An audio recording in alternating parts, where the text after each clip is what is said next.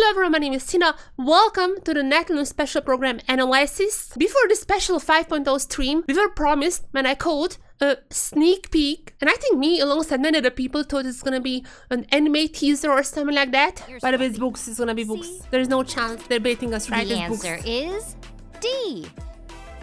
It was a trivia night, as well as watching Kinich's little dragon Ahav have a Flappy Bird for 10 minutes for some reason. I was streaming the whole thing and we were on to a good start. But after everything, we finally got the trailer. At the very start, we see the center, the little center of Natlan and the whole story, the so-called pilgrimage. The full title is Pilgrimage of the Return of the Sacred Flame. It's basically Hunger Games. We're gonna get more information about that later, but just so you know, from what we know, there are the 6 tribes. Each tribe appoints a warrior, and those warriors were fighting for who's gonna be the best. And what is thing while Mavuika in the back is watching? Is she the Pyro Archon?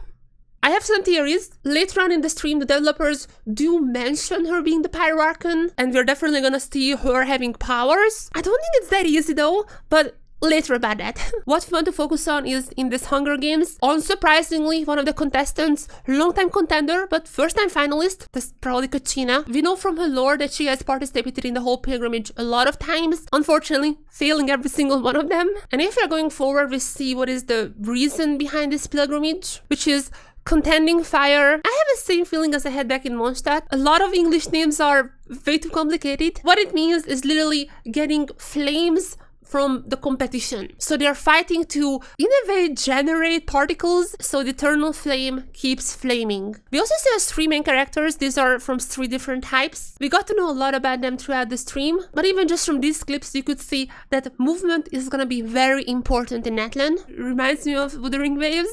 Even months ago, I heard some leakers describing Natlan as an upgraded Wuthering Waves. Poor Capitano failed a lot of times, but it seems like she's gonna be in the final this time around. So maybe she's gonna win. That's the plot twist. She doesn't understand why she's chosen by the Wayobs. Another one of those words in Japanese and Chinese. It literally means great spirit, and they are appointing warriors to fight in the pilgrimage. And on top of everything, Capitano has a very powerful ancient name, so she feels like she needs to fight but doesn't understand why she was the one chosen. And here's a little bit of trickery. I don't think it really comes across in English, but listening to it in Japanese, these 2 parts are talking about totally different things. The first one is talking about how the Pyro Archon was able to defeat the Abyss like many years ago. Cut to the next part, our current Archon achieved an overwhelming victory. In English, might sound like it's still talking about that past event, but in Japanese, the word they use for overwhelming victory is most often used in sports, in competitions. So when I first heard it, I was like, so the winner of the competition is becoming the Archon? But it doesn't really add up, since later we're gonna find out that Kinich actually has won a lot of times, and to my knowledge, Kinich was never an Archon, so I don't think it's as easy as whoever wins is becoming the Archon. But it also sounds like there is not a permanent Archon. If I can have one little theory here, I think whoever wins the pilgrimage has the chance to fight even more, maybe against the Abyss, maybe something in the Night Kingdom. And my suspicion is something like this happened to Mavuika, since she is definitely powerful, but there are so many hints that the nation doesn't have an Archon power. Just keep this in mind and let's go ahead. The Night Kingdom is this mysterious place that in some ways looks like a cemetery, but it also has obelisks, or we're gonna find out later, obsidians of ancient names. And let me tell you how it's called in Japanese and Chinese as well. Yagami no Kuni. By the way, that's the same Yagami as Light Yagami, with the exact same kanji as well. But the word in itself means the night god. It's more of a symbolic thing when giving spirituality to the night. But again, keep this in mind. Just saying, I think it has some meaning behind it in Japanese. And 2 things to mention here. First of all, being the very recent book from Simulanka, which I have a whole video talking about. And in that book about the ancient capital, there is a kingdom called Kingdom of Dreams. When do you usually dream?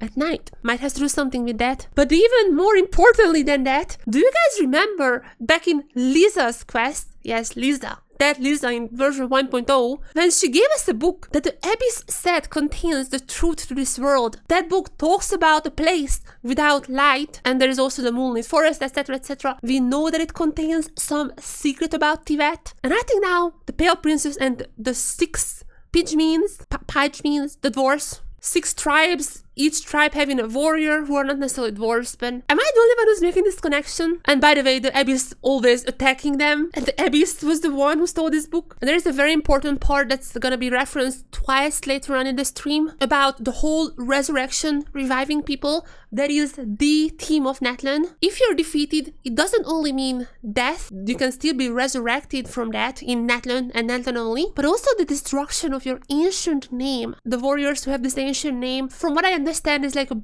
blessing they get from their ancestors, kind of like a family name, but powerful. And if they lose this name, that by the way they are passing down to generations, it's gonna be prevented to be inherited ever again. So if you lose, you're just killing off your whole generation. The family is gonna end with you, a lot on the line. And we see all the little statues assuming ancient names, somewhat praying for a big one. Kind of reminds me to the Sinner, when we've seen the Sinner for the first time. And just one thing that I've seen coming up online, some people mentioning this little nail here. Some people say it might be a divine nail, meaning there's some information here that Celestia wants hidden away. It's definitely not obvious though. After this we hear a bunch of lines. These are gonna be from various points in the story, so I wouldn't necessarily give too much attention to the order of them. We see some dragons, we see some elements. I'm not gonna talk too much about them because there are gonna be whole segments for each one of those later on in the stream. Well, we see a lot of enemies. This is the Wayobs guy, Great Spirit. They're gonna have a proper introduction later on. As we finally see Mavuika, whose archonhood is definitely questionable.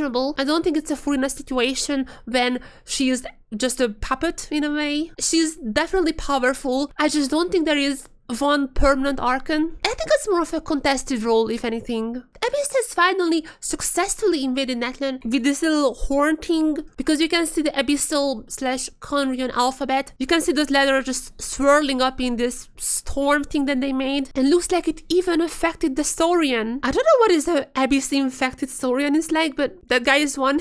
As a traveler and their friends running towards a little light, it just reminds me so much of that book. Whenever just a little place where the light shines down. I do think it has something to do with the story. As now, we see someone from the Abyss. And how do I know this guy's from the Abyss? Because if you zoom in on the clothing, you can actually see that there are abyssal letters. Seems like a warrior without the clothing and like the weapons on the back. Might just be the Lord of the Night, you know, Yagami. UOJ, I don't know what it means, but that's what it's written there. Oh, and by the way, the Traveler is Hydro. That's gonna be mentioned later on as well. I'm just saying, very, very hype fight scenes, but I think we all have been waiting for this last part. What use is the Gnosis in your hands?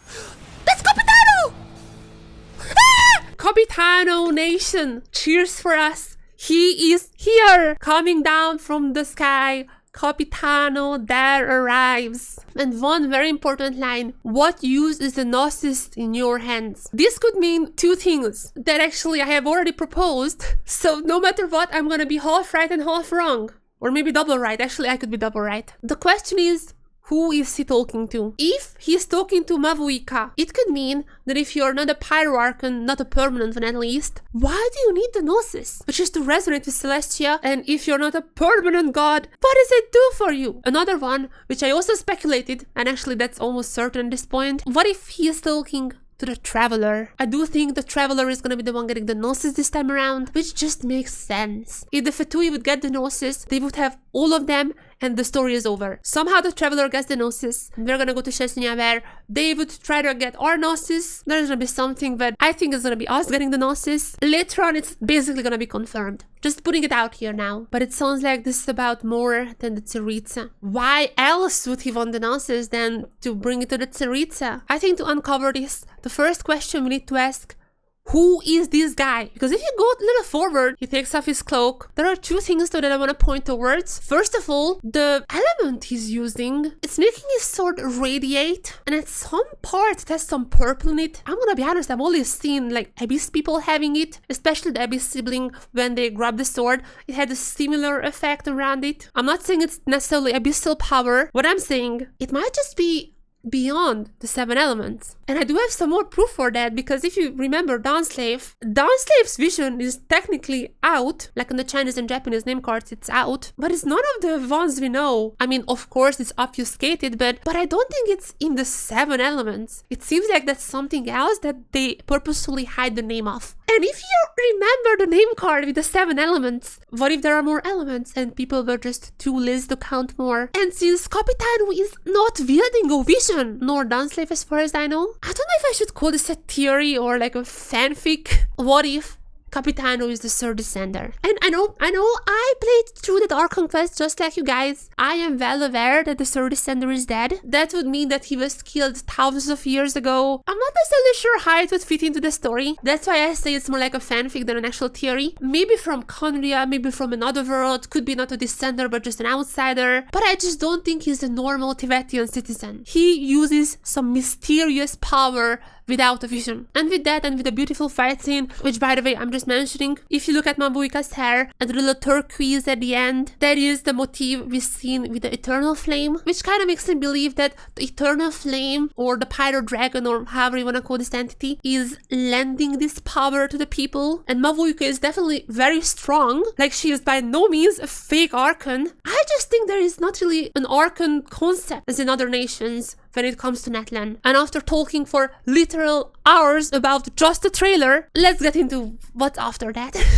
Dave! He has returned as he is conducting a Natlan survey among the people. This is, by the way, the theme of this whole stream. Oh, we read the surveys and we are answering you guys. We are listening to you guys. I'm not gonna get into how true or not true that might be, but I'm gonna get into the screen they're looking at. These are supposed to be the survey answers from people, and I'm not gonna call them fake. It could be they are from real people, but these are hand-picked. For example, right here, the thing I'm most looking forward to is the story reaching an early climax of the Tibet chapter, especially since the Surge 6 Nation. Previously, some artifact descriptions hinted at Natlan, like the Crimson Witch of Flame set, which is, by the way, has been a theory in the Chinese community, that ever-burning flames, while we know it's about Senora, it was also hinting at Natlan. Will Natlan reflect or explain on these things? And remember when I said maybe Celestia has something to do with that? Why is it called the Incandescent Ode of Resurrection? Why is this chapter called like that? Is it related to Celestia? And again, because every single other survey question had actual something that either been confirmed or been known before, I just have to assume if this question was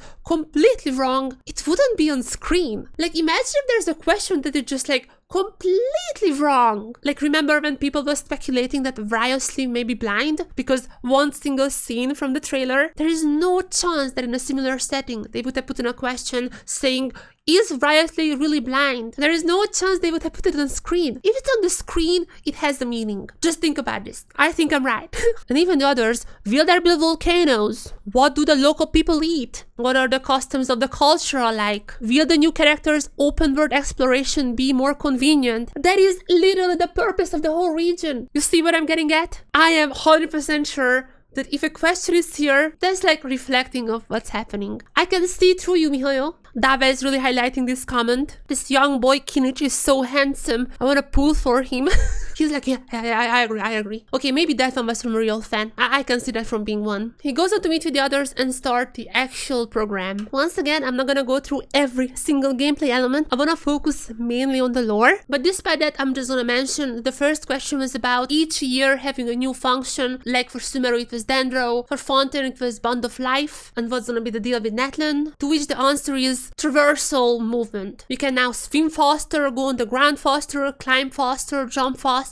Everything is going to be based around movement and the pace, the quickness of action. はい、皆さんこんにちは。マグロヘッドです。Japanese! よろしくお願いします。あの力を借りて空を飛ぶことはできるんでしょうか? So, the thing that you should know somewhat lore-wise is each tribe has their own Saurian who has some form of movement capabilities. There's also gonna be a flying one later on, but they said that's not gonna be dispatch. And maybe even more that they didn't mention. Saurians are living peacefully with humans, at least most of them. The Pyro tribe is having some dispute between their Saurian. Nonetheless, most of the Saurians are friendly. We're gonna have our own little friend as well that we could see before. Literally have a trailer called Little Buddy or something like that. That guy is gonna be with us throughout our journeys. They also had Tonto, who was asking about the new player experience and the significance significance of pyro, and that's where we got a very interesting lore bomb. 广泛存在的一种名为燃素的物质。 Phlogiston 那燃素呢，有着不同的 sounds like my 也是有 astrology. 独特的妙用。 I'm not gonna be able to pronounce, let alone remember that word. In Japanese, it's Nightsoul, and that's like the burning fuel, kinda, when you like burn fuel to get power.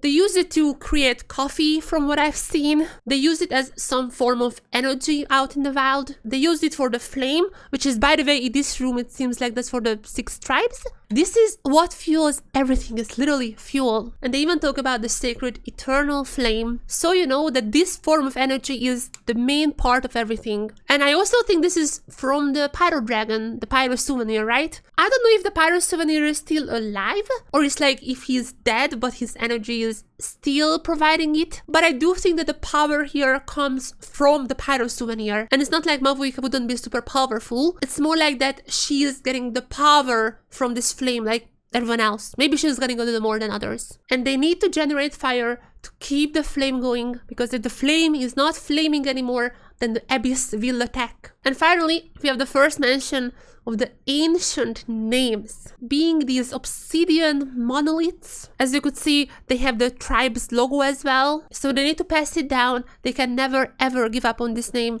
If they give up once, the name can never ever be used again. And these tribes competing in the pilgrimage to find the strongest warrior to continue heading to the battlefield. I don't think you immediately going to be an Archon, but winning the pilgrimage grants you some form of ability to keep on fighting and maybe get even more power. And I know, the stream mentioned Pyro Archon being Mavuika. First of all, even if she's like not a Pyro Archon as we know the other Archons, I don't think they would spoil it in a stream like this. I'm too lazy to check, but I'm pretty sure they just said Hydro Archon for Furina before 5.0.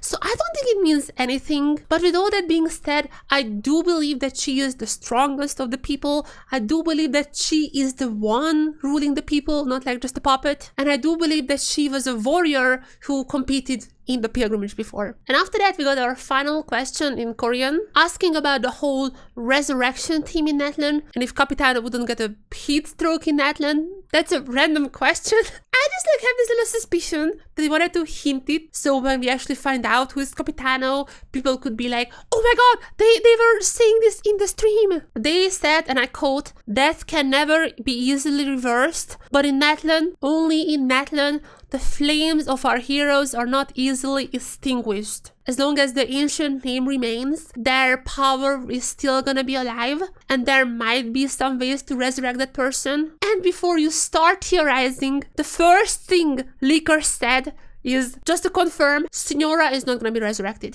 They got ahead with the suspicions, and before anything could happen, they were like, no, just don't even hope. She is dead. She might have some plot relevance. Her artifact set, the Crimson artifact set, did somewhat hint at Natlan, but don't even get your hopes up. She's not gonna be resurrected, guys. However, as mentioned in the Travail trailer, which I never heard anyone mentioning like that, that is the Dance Slave trailer, the victor shall burn bright, while the losers must turn to ash. They use the same word in Chinese and Japanese as Embers rekindled, which is a TCG card of the Pyro Lector. I have a whole short about this very sentence, and since this ability card activates when someone is about to die, but would come back, get the shield and deal some pyro damage, they have a chance to continue fighting when facing death. That is 100% has some connection. Reigniting something that has died.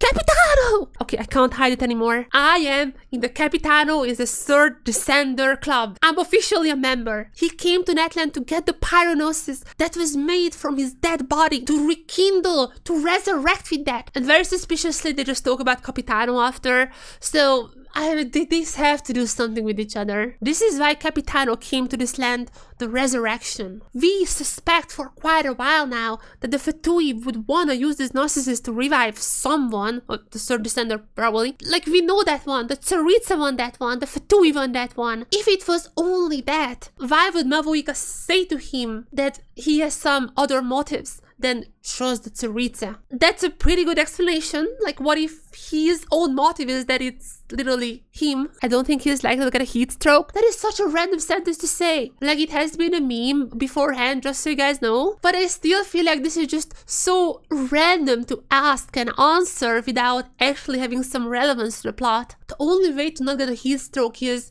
if you're not like others. Either you're a descender or an outsider, maybe from Conria, though I'm not sure why that wouldn't result in a heat stroke. There is something with him. Something outworldly. After all of this, we've seen some IRL trailers for the characters, as well as introducing those characters. Like, obviously, Kuchina saying, I just wish I was stronger, I'm nothing compared to the other ancient name bearers. After so many failures in the pilgrimage, even though she is Utabiti, she knows that she has to get stronger. Which is, I think, a pretty nice story, so I definitely can't wait to play it. And this is where they officially mention that Kinich has won multiple times, but since we don't know anything about him ever being an Archon, I think winning the pilgrimage is just an entry to ascend to Archonhood. We also got introduced to Ahav officially, who I think is gonna be one of my favorite characters. I'm 100% gonna wish for him. And in case you don't know, though at this point it's a pretty common knowledge, in Japanese, Kinich and Ahav have the same voice actors as Naruto and Sasuke. In the Japanese community, that's a whole meme. And it was that moment when we finally officially got announcement of the Nightsoul's blessing. And I'm not gonna go too deep into that because we don't even know that much. It's a state that Nata characters can somehow get into,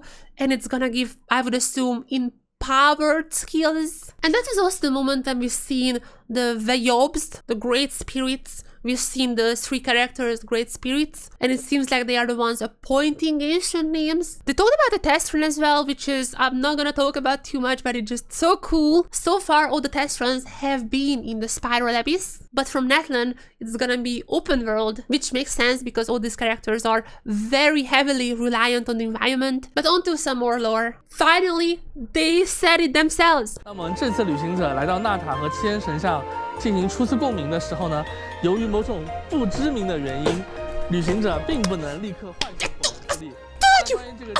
All of you doctors! All those people who were telling me I was wrong in the comments. I am vindicated!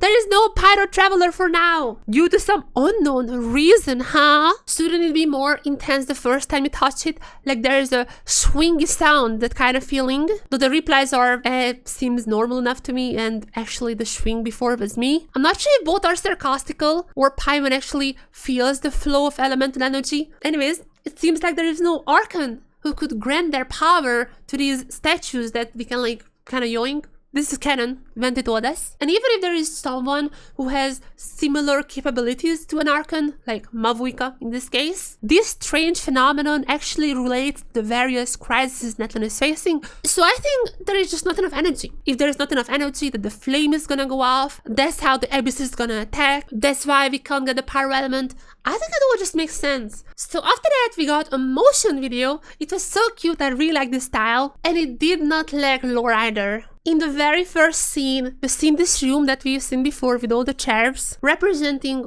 all the nations. Now there are some we know, like the Hydro Nation, the Dendro Nation, and the Geo Nation, in order being Kachinas, Kiniches, and Mualani's tribe. But there are also some other ones that we don't necessarily know too much about. From all the other elements left, this has to be Pyro, which leaves us with 2 other tribes, but 3 elements? So what element is gonna miss? I think it's gonna be Cryo. It wouldn't really make sense if there is Cryo in Natlan. There is probably no Cryo. And look at it, these 2, Anemo and Electro. Because of the turquoise guy here, I would say this is Anemo and this is Electro. But 5.0, we're only gonna see these first 3. And other ones, they're gonna be later patches. All these people talked about their tribes. The Geo tribe having the jewelries, they know how to dance. The Hydro tribe being... Oh, sorry. Got lost in the music for a sec. Yeah, I got lost in the music as well. Of course in the music. Of course! I'm lost in the music! And it's also worth to mention, besides the people of the Hydro tribe, that it seems to be they are the tribe who are best to explore the love of it. That's how they make those Obsidian Nation names. And the Dendro tribe is Natlan Amazon. They're just getting commissions and deliveries, and they love extreme sports. And when they were about to talk the other tribes, very conveniently just, oh no, the match is about to start, stop. We're gonna find out about the other ones later on. And after this segment, we went back to IRL with Saurian cloaks, which I really hope they're gonna sell. I need these. I need all of them. We also see our good friend, the little one. Little one doesn't have an official name. In every single mention, he was just referred to as the little one. But he's not the only Saurian. We've seen all the different Saurians' abilities. The Saurians don't just have these movement abilities. They can literally throw bombs as well. So many things that they've shown. I think I'm just gonna wait and try them out myself. They also showed a new boss. They literally just called, yeah, they're just a fatty. They're literally just eating all the time and spitting it out. But they said he's cute, so that's good. And they showed another boss, the Pyro Tribes Dragon. Kukusaur? Is that how you pronounce it? Oh my god, that kind of is. It's such a cool name. That is the Pyro Tribes Saurian. And even though all the tribes like their Saurian, they live together, somehow this one is not like the others. Something happened, he became a tyrant, and he is not liked by his tribe. But we're not gonna meet the Pyro tribe for now, so his story is probably gonna be 5.1 or later. They showed a lot of other animals. They showed little capybara,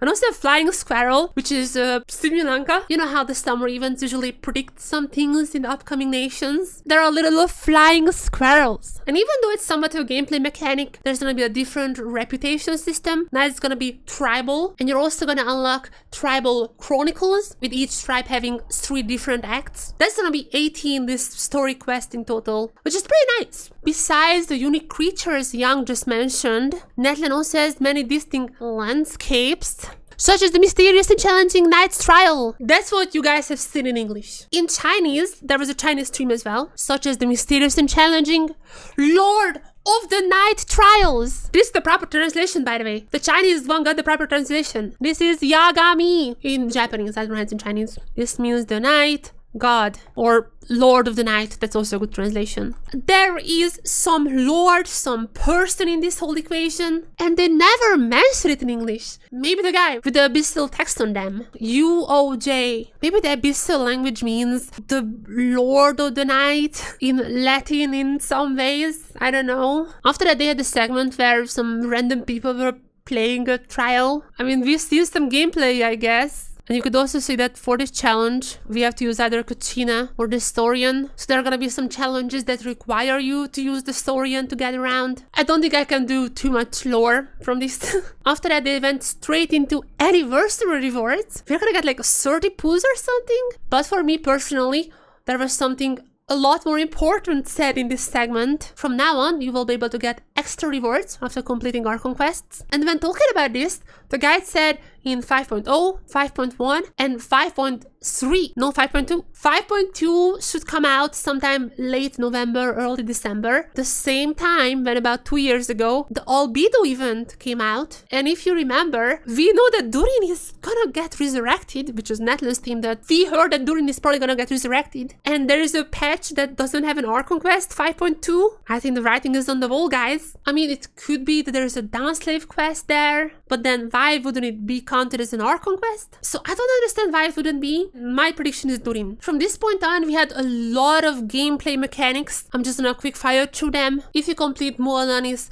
Tribal Chronicles, you're gonna get all the materials you need to get her level 60. They're making changes how new players are gonna be able to experience Natlan. They're somewhat reworking Stellar Reunion, which if you're watching me talk about lore, you're not gonna get Stellar Reunion. From now on, materials won't just be found in the wild, but you can actually go to collect and have them marked on the map. Thank you. There's finally World Level 9. And the nicest of them all, at least personally for me. First of all, there's gonna be a way to disenchant your artifacts, get artifact elixirs, and then use these artifact elixirs to create artifacts. Actually create, like you choose the main stat and the substats. Oh my goodness. I think I'm talking for the Genshin community when we're saying, yes, thank you. That is by far the best news. There are going to be multiple ways to get those elixirs. You can also get one golden one from the BP, which I would assume is 4-star one, because you need 4 purple elixir to get one artifact. And there's going to be 1 allowed per pet cycle per artifact set. There are also changes to the BP. Now, if you don't want Mora, you can choose something else. If you don't want talent materials, you can choose something else. You choose what you earn. And there's also a new 50-50 system, which some people don't understand. They made it so much more complicated than how it is. Basically, like super basically, it is not 50-50 anymore, but 55 and 45. That's it. Why did they make it sound so complicated? That's literally what it. They also made the weapon banner basically same as other banners, so you don't have to lose two 50-50s. After you lose the first one, the next one is gonna be guaranteed. And we're also getting a free 5-star. Yay! I literally have all those characters, but yay! Thank you, Wuthering Waves. After that, in the Chinese stream, we had a little anniversary video with all the Archons. Furina is there. Guys, my theory still stands corrected. I'm gonna die on this hill. Furina is honorary Archon, and I think Mavuika is gonna be honorary Archon as well. Wait a second, they earn to be Archons. Am I just being Archon-phobic? Anyways, similar segment that the English stream had at the end when they talked about their experience. The English one was a lot longer. The Chinese one just had this little thing in the middle of the stream. But after that, we got one of the coolest videos in my opinion. Kinit! I love you so much, Kinit. Katrina breaking out. I love the color templates and this like South American vibes and everything. They announced Imaginarium Theater updates, adding an even harder level. Man, I can't even complete the current ones. They added new TCG cards and a Logitech collaboration. I already have a Logitech product. I swear, if they actually make an MX Master Genshin edition, I'm buying that. But after all of that, finally we reached the Natlan music. And my goodness, I just loved it so much. If you're reading the lyrics, besides that the second song literally has the Pyro Gems description, flame is very prominent in both songs and it directly correlates to strength. If you're burning brighter, that means you're stronger. If the intention yet remains achieved, someone's truth he has. This name might just be the Pyro souvenir. The Pyro dragon whose power all the residents, including the Archon, are using. You're gonna burn to cinders, but those cinders, those ashes, are gonna be rekindled because of the same determination. And this is gonna be the theme going into Natlan. At the very end, they had a pretty touching, I have to say, little segment. Why am I crying? About how there are a lot of people loving the game, a lot of people hating the game, how they can get over that, how they talk to a lot of people who are playing the game. We will encounter more allies and enemies on our future travels, some of whom may keep appearing in rumors and tales, and some who have only had a brief encounter with players so far, whom players don't know very well, and there are others who may be unfamiliar to travelers, and even unknown to the people of Tibet. People who are unknown to Tibet. I don't think he means like just people who not many people know of. That has to be people who are not from Tibet. Am I just reading too much into that? But these people are also closely connected to the fate of the world. Once again, fate of the world. The traveler's quest to find their kin will actually make their connection to this world even tighter for the reasons mentioned. Even if we found our sibling, we are gonna be connected to this world from all the connections made with others. Traveler, to set off on your journey once again, you must remember that the journey itself has meaning. The destination is not everything, so before you reach the end, keep your eyes open. Use the chance to take in the world around you. It got very sentimental at the end. Well, that's it. That was the stream. Natlan, let's begin. So if you enjoyed this video, if you gave it a like, and if you want more, then make sure to subscribe. Wait, I actually wasn't planning this. If you want more Genshin content, you can find all of them here. So that's it for now. Bye bye!